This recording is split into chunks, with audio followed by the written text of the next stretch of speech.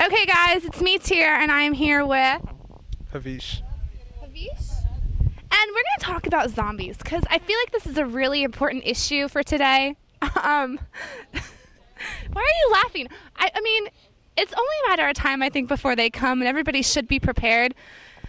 How would you prepare for a zombie attack? Same way I prepared for the cicadas. Basically, I would make sure I zombie-proof my house by throwing toilet paper all around it. I heard that they don't like it. You know? Zombies don't like toilet paper? I haven't read that one. Well, I mean, I don't know. I just have a feeling that they're all dirty and smelly and they don't like to be clean. So Actually, I think you would die in a zombie attack, because that's not true. I guess so. I guess that's my fate. I mean, you could be prepared, though, if you wanted to be. Why don't you tell me how? Okay, to survive a zombie attack, you always need to be ready at all times. You gotta make sure your house is stocked full of food and weapons. That's a big thing, is weapons. Well, what if they get in? They're gonna steal all your food. Zombies don't eat food, they eat brains. Yeah. Oh, this is news to me. So, and part of how you kill a zombie is you have to get it in the brain. So you're gonna wanna make sure you have weapons like swords or like guns and stuff with a lot of ammo. And also, did you know that in your house, they won't be able to get you if you take an axe and hack your stairs, because zombies have no motor skills. Cool. Yeah. So what you're going to do is make sure you have a lot of food stored up, fill your bathtubs with water so you can survive for a while, and hack your stairs, and they won't be able to get up. And then... How do I get down? You don't want to get down because the zombies are there. You would die in a heartbeat. Oh, my God. How do they leave?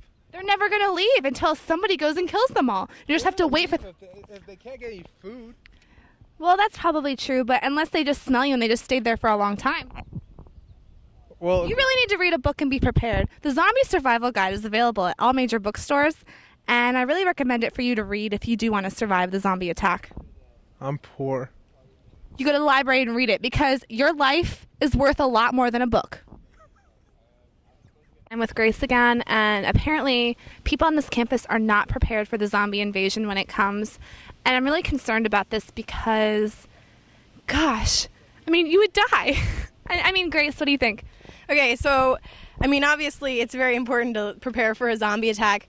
And I think a good test case for this was Blog Like It's the End of the World Day, which I know people did last year. I don't know if they did it the year before. What is it? It was basically a day where all of these bloggers decided that without warning anyone, without explaining anything, they were going to blog as though they were being attacked by zombies. And they were going to cross-link to each other's posts about how they were being attacked by zombies.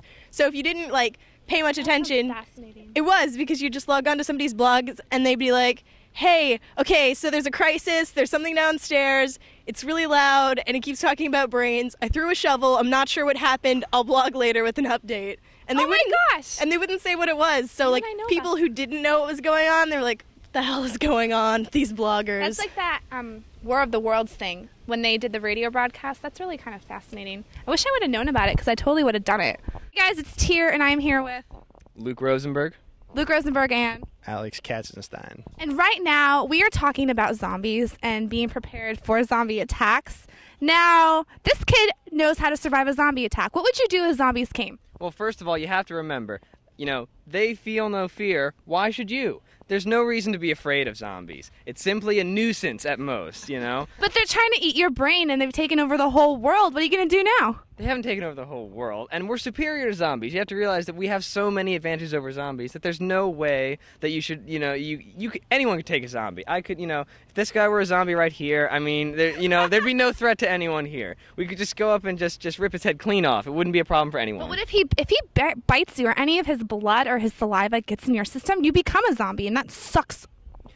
Yes, it does, but it doesn't happen instantly. I mean, you have time to, You have 24 hours before you become a zombie, and if anything bit you, I would kill you right then, so you wouldn't bite me later. Well, it wouldn't really be necessary. I mean, any decent person should do themselves in if they get bitten by a zombie. I mean, That's a good proper point. thing to do. I don't know what I would do. I guess I would, I think you can shoot him in the head, right? That's You shoot them in the head. How are your marksmanship skills? I'm actually a very good marksman, and I have a lot of guns, so that would be Are you a Democrat or Republican? I'm a moderate. You're a moderate. How do you feel about concealed carry on campus? I don't agree with it, Why not? because some punk who thinks they know their way around it, a handgun probably doesn't. They'd probably get in a situation where they thought they were more experienced than they were, and probably do something stupid. Okay, but let's take the Virginia Tech thing because obviously it's super tragic.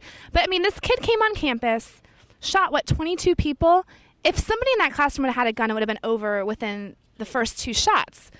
So it's kind of like we're all sitting ducks. Anybody could walk around with a gun and start going crazy. And what would we do? Just sit here and wait? Let me clarify. I definitely don't think that I don't think that everybody shouldn't be allowed to have a gun. I think there should be extremely strict regulations. I think like a military service at the least, or a police service. Well, I mean, anything less than that, I feel like, because I have a friend who was in Iraq twice, and he said that he didn't even have the training that would require being able to carry a gun on a college campus. So if he said that, then I just can't imagine that any Joe Schmo should be able to carry a gun on campus. Well, bringing it back to the important issue, which is the zombies, I mean, if they came and none of us are prepared, how would we fight back? It's just, I don't like to be caught unprepared for things like this, and I mean, that's really a big issue. What is your weapon of choice and why? Machete. Machete, why machete? Why not, let's say, a gun? Oh, wait, we can't have guns on campus, but why would you use a machete? You don't need to reload a machete. Very true, and it's also silent, which doesn't let them know you're coming. Mason is isolated enough from actual the town of Fairfax that we could defend Mason campus if all the students would get together and rally together. We could easily set up a perimeter. Well, do you feel like Mason students could rally together? Because I feel like a lot of kids in this area are super spoiled and super selfish. And I feel like they would all be little brats about it and not do anything. I think more of the problem would be the diversity of the student body, which would there's so many language barriers, culture barriers. People, I don't understand zombie or when is this zombie? Okay, Zombie, so is that a multilingual? I think they just go. Really. I'm here with Katie, and Katie and I are going to talk about her ideal man. Well, you're talking about the 3 qualities, I guess? Yeah, your top 3 qualities. Like, what are the top 3 things you're looking for? Sense of humor. Good. Going like that in the background. Yeah, clean, no prison record. That's good, yeah. Let's see, and definitely open-minded. So, he doesn't have to be cute?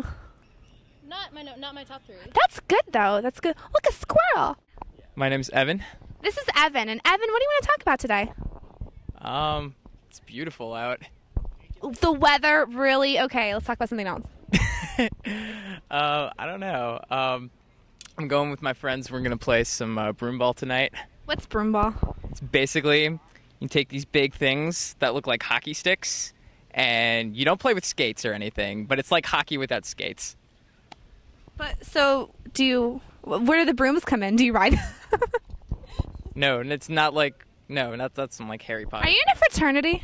Yes, I am. Does your fraternity play broomball? Yes, we do. Wow, that sounds like a lot of fun. I feel like there's a stereotypical fraternity mold, like the obnoxious visor upside down backwards, and The bro. Is that what they're called, the bro? I mean, the stereotypical guys, yeah, they call, hey, bro, we're going to have some scotch, bro. It's going to be awesome. Wasn't more like brah. Hey, brah. Hey, bro.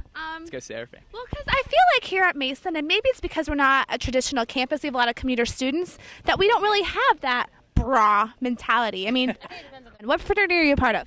I am a member of API, which is the Jewish fraternity on campus. Do you have any experience with the sororities here? Yeah, sure. Okay, are you in one? I am not. Okay, so can you talk candidly about them? Just for the sake of, I don't know. I have many friends who are in sororities. Probably not as candidly as you probably want me to. Well, okay, maybe we can at least try. Like, I feel like there's a stereotypical sorority girl, too. Mm-hmm. Like, Hi, what's your name? What's your major? OMG. How are classes? Well, a lot of people think I'm in a sorority because I guess I do say like a lot. And I have the vocabulary of an 80s teen queen, so I don't know. But I'm actually really smart, which people don't believe. But anyway, can you answer, is there a stereotypical sorority on campus that is like, oh my God, like, let's go drink? I mean, I think they all drink, and if they say they don't, they're lying. Yeah. But, I think it's different. Every sorority has bitches. Every sorority has nice people. It just kind of depends,